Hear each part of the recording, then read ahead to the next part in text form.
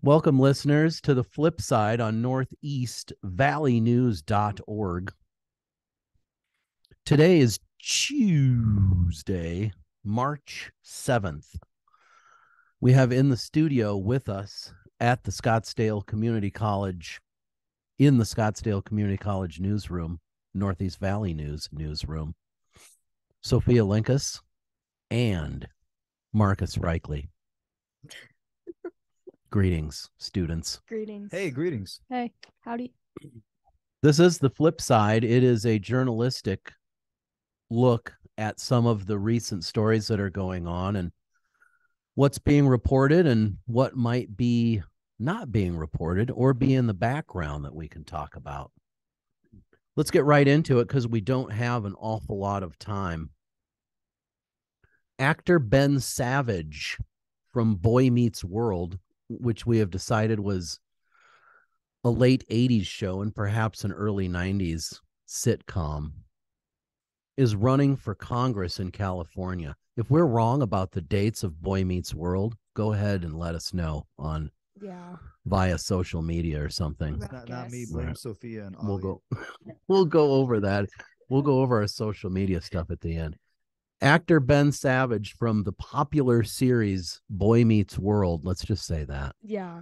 From the popular series Boy Meets World is running for Congress in California. This is not, not the first time that a celebrity has run for a political office.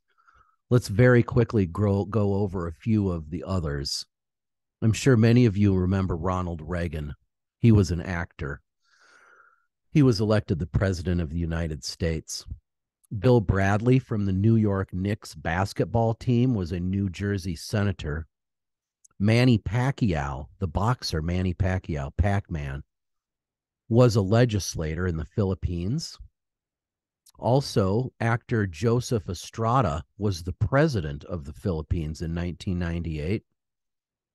Unfortunately, his administration ended amongst bribery and corruption, so it didn't go so well for him. British actress Glenda Jackson was a member of the House of Commons in England. Many of you remember that Arnold Schwarzenegger was the governor of California at one time. That wasn't so bad. I thought Arnold did a pretty good job. He had Maria Shriver. He was married to Maria Shriver. Yeah. She was also famous at the time. She still is, I guess. So, where are we at? Salsa musician Ruben Blades was a cabinet member in Panama. I'm not familiar with Ruben Blades. I am familiar with this person, Jesse the Body Ventura. I don't know if our viewers will remember this. Jesse the Body Ventura was a Reform Party governor of Minnesota. He wasn't even a Republican or a Democrat, which is really refreshing. He was a Reform. It didn't go so well for him either in as governor of Minnesota. There was some scandals and trouble and stuff. His son had a big party one time. I remember his son had a big party at the governor's mansion. It was a big blowout. I think there was some underage drinking or something going. I don't know what all. Don't quote me on that. I don't want Jesse the Body to come after me. I loved that though. He had that scratchy voice. He was like bona fide wrestler. Songwriter, this is the last one I have on my list of 10. Songwriter Sonny Bono of Sonny and Cher fame. Many of you may remember Sonny Bono from Sonny and Cher. He was the mayor of Palm Springs at one time, and he was also a member of the U.S. House of Representatives. So it's not the first time this has happened, and it probably will not be the last. What we're going to talk about is the flip side of this is just kind of some other stuff that comes with being a celebrity politician. A lot of times, it's always refreshing. I mean, stop me if I'm wrong, co-hosts. It's almost always refreshing when a celebrity runs for office because they give a lot of lip service to, changes and being progressive and not sort of bowing to special interest, and that's always very inviting to us. Unfortunately, it doesn't usually work out, unfortunately, because they get there and find out that, you scratch my back, I scratch yours, et cetera, et cetera. Yeah. What do y'all think about celebrity politicians? I love it. Why not? Let's have more of them. You like the idea? It's not just celebrities, anyone running for president, or not just president, any sort of office. Just like regular people? Yeah, regular people, but also celebrities. It's more exciting when it's celebrities. Sophia, how do you feel about famous people running for office? Do you think it's a good idea? I think it has potential to be a good idea. I don't think every famous person should get the idea that they should go run for an office position. But I mean, there could be like a totally different viewpoint from a celebrity, right? Because they've lived their life differently versus like, well, they've lived it in the limelight, similar to politicians. So I mean, they would be used to being in the public eye. I definitely give them that. That's true. I like that part of it. We were talking about this during pre-production. The thing that I don't quite understand is that a lot of celebrities are of a kind of a liberal viewpoint. What was that? Oh, that was Newsbreak. That was Newsbreak going off on my phone. A lot of people have what are we talking about? Good gosh. Liberal. Totally. Okay. So most actors, I'm so sorry. Actors tend to have liberal points of a lot of them are. Why not the Democratic Party? They should hop on one of these celebrities. Yeah, that's what I'm saying. Exactly. Yeah. Thank you for helping me out while I was trying to turn my phone down and couldn't multitask. Though I think I don't understand why the Democrats can't roll out a famous person like Harry Styles, right, for president. Come on, or somebody. Honestly, I'd be who would you want to see run for president as like as president? Well, any sort of office. Steve Carell. I'm blanking on the actor that plays Dwight Schrute. Yeah, we're talking about The Office. His name. Anybody from The Office, really? Creed.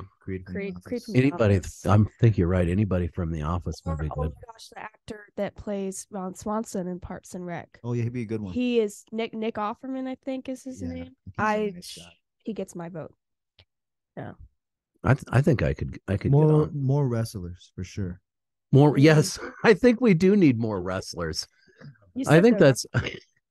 That's right. The Rock. Yeah, The Rock. Marcus supports The Rock. The Rock. Yeah, The Rock's at this point already a demigod, though. He's on his way. I saw this video. Really popular. Yeah. The Rock was in this crowd, and he like silenced the crowd with his hand, and then this woman passed up the baby, and people were like handing the baby like.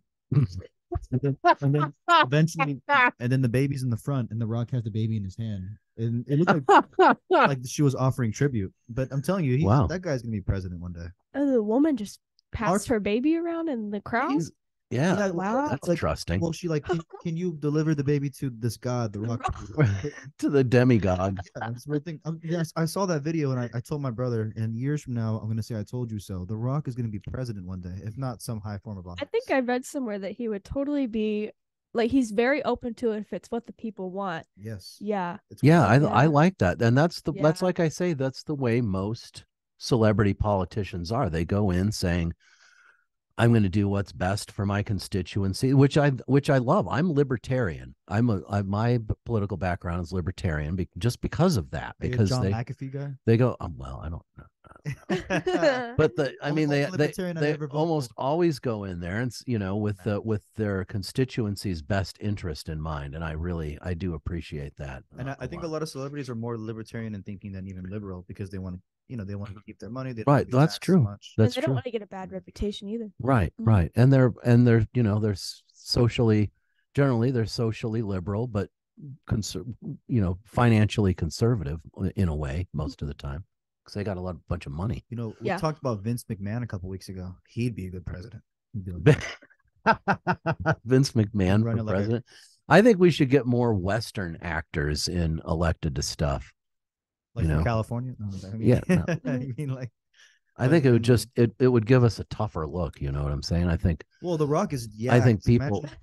Right? No, I know. And that's what I think. Arnold Schwarzenegger was so. I mean, everybody loved him as well. I shouldn't say that, but he was interesting as governor of California because he's such a bad you know, Yep. he's so bad. He's the governor. Like, and when I say bad, I don't mean bad. I mean bad. Yeah. Bad. You know, like bad without saying the other part. Yeah. I guess I'm for it. Like I say, it hardly ever goes really, really well, but I think they go in there with the right intentions. I like it. A lot of them don't go well though, right? I mean, like No, there's very few There's people, to be folks- honest. There's a very few people that get elected, you know, politician or no, that actually work out. Hey, to what be about completely Oprah? honest. Would you guys like to see Oprah in office? I don't know about that. I want to see Oprah fight The Rock for I don't office. know. Oh, now that would be interesting. Ladder match. But she's so I sweet. would- She has like her garden. Like, what? Tables, ladders, and chairs. Oh my gosh. I I think we should switch over to the flip side of sports now. Marcus is instigating. Yeah, something's gone wrong, I mean- horribly wrong. The going back to that, the only thing that I would be that I'm opposed of having actors as politicians is that they could just be fooling all of us. Yeah, they're They could just be sociopathic. acting. Right. But so are They could be politicians. totally, you're right. But they could be totally just acting like really well and pull the wool over. Maybe we should just have bad actors for politicians. Like Pauly Shore. Yeah, like Pauly Shore. That'd be the weasel. That'd be sweet. That would be sweet. The weasel. I'm not kidding now. We're going to the flip side of sports.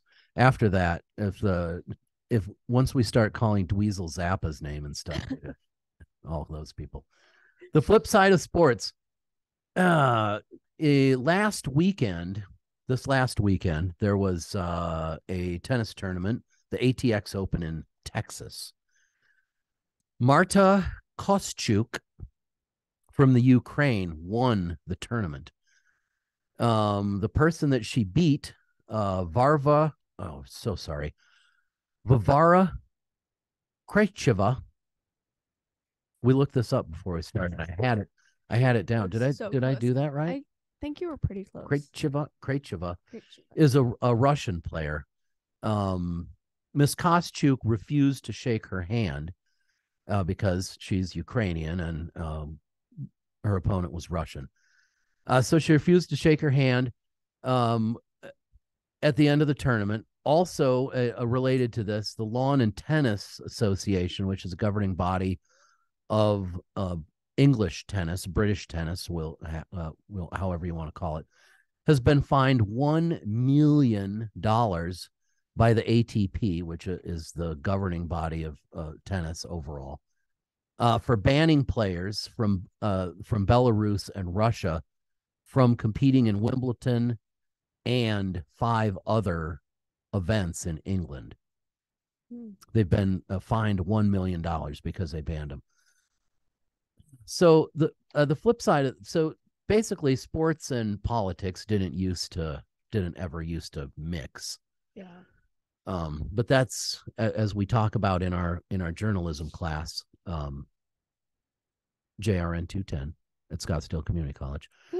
That's Sorry. this is That's this is not something entirely true though. this is something what pardon? Because politics I think has been part of sports. It has been During the Cold War it was. Oh, it was. Well, sure. But yeah, it has been before, but it's more now than it. Right. I mean, there was a period in time after. Well, if you're talking about international sports, I think like you know what I mean? A lot of countries they look at their athletes as a big representation of their country and they want them to win. They put like millions of dollars into it, like we talked about earlier. Right. So is it fair? I mean, is this fair to ban players from Russia and Belarus because their government is involved in what many see as a unjustified invasion of a sovereign nation?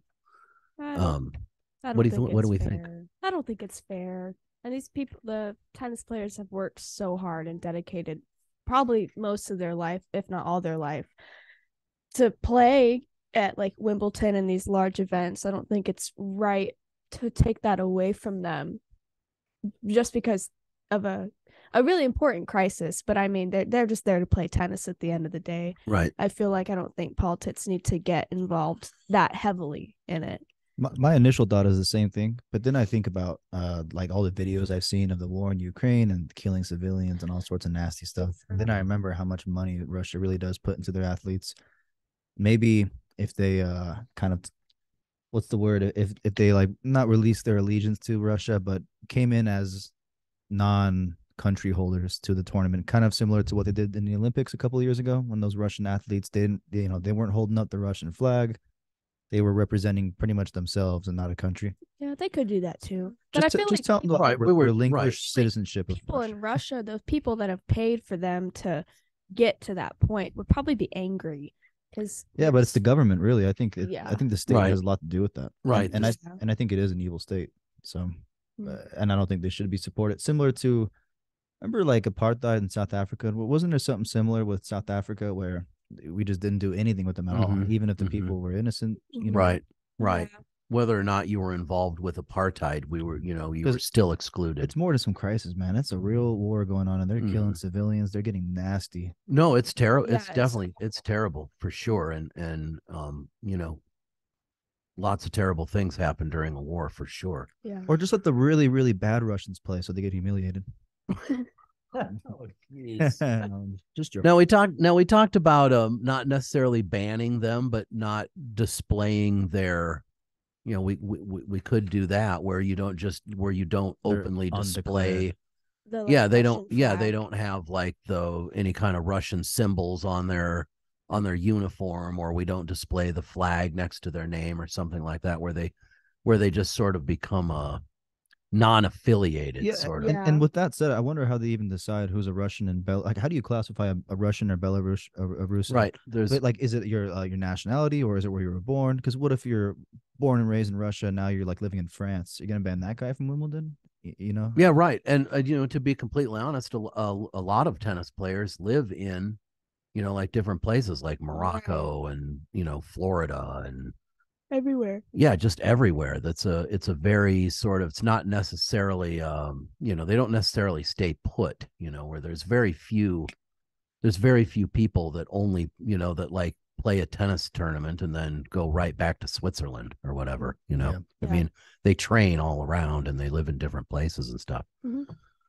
So I'm not 100% sure what the answer to that question is, but it is starting to come to the forefront, especially now that with this tennis tournament, with the refusing to shake hands and kind of a sort of an open contention. And maybe it's good to feel a little uncomfortable and a little weird about it because maybe Yeah, that's what maybe that's going to bring, pushes. Yeah. maybe that'll help to bring some awareness to it. Yeah, Yeah. absolutely. I don't know if we're going to end the war in the Ukraine by banning Russian athletes from participating in tennis. What you're gonna or do other- is cause a brain drain. So what? So I mean, they'll all leave. right? But what do we? So are we going to ban Russian NHL players from playing in the NHL? Or I mean, I guess I don't know where it's supposed to go. I guess it depends on because Wimbledon's British, right? I don't know. Right. I guess it depends. I don't think NHL would do that though. Well, that's true. That's probably true. Yeah. Well, thanks for watching today, viewers. I have to get used to saying viewers because I'm used to saying listeners. Thanks for watching today on northeastvalleynews.org. We appreciate it. This was The Flip Side. My name's Ole Olafson, still is. Thank you, Sophia Linkus, for participating today. Also, Marcus Reichley for participating as well. We'd like everyone to follow us on social media if you can, TikTok and Twitter. You can find us at Any Valley News on Instagram and Facebook. We're at Northeast Valley News .org, all spelled out. I hope you enjoyed our new camera angle today. This is the Ole, what we call the Ole view of the camera. So this is what I'm looking at. See, Marcus, I want fisheye. Next time, no, we're not giving you the fisheye, Marcus. No. Ask the viewers. Y'all want a Marcus cam? Denied. People right. want Reichley cam. Write in for the Reichley cam if you want it. We're going to change this up probably next week, or not next week. The next time we're on, which is going to be after spring break. We should probably clarify to our viewers that this is our last podcast before spring break. Spring break is very, very important to us. So we're going to not be in the studio for a while. The next time you see us, we'll probably be in Students Talk Back sometime after spring break, whenever we have to come back and face reality. So Yeah. Anyway, but when we come back from that, whenever that is, probably late this month, we will have the Marcus perspective or the Sophia perspective of what. So you're basically just going to be staring at me the whole time, which would be horribly boring. All right, thanks everyone for watching today, and be watching for the flip side of stories when you're watching the news. Bye now. Bye. Oh shoot. Let's redo it.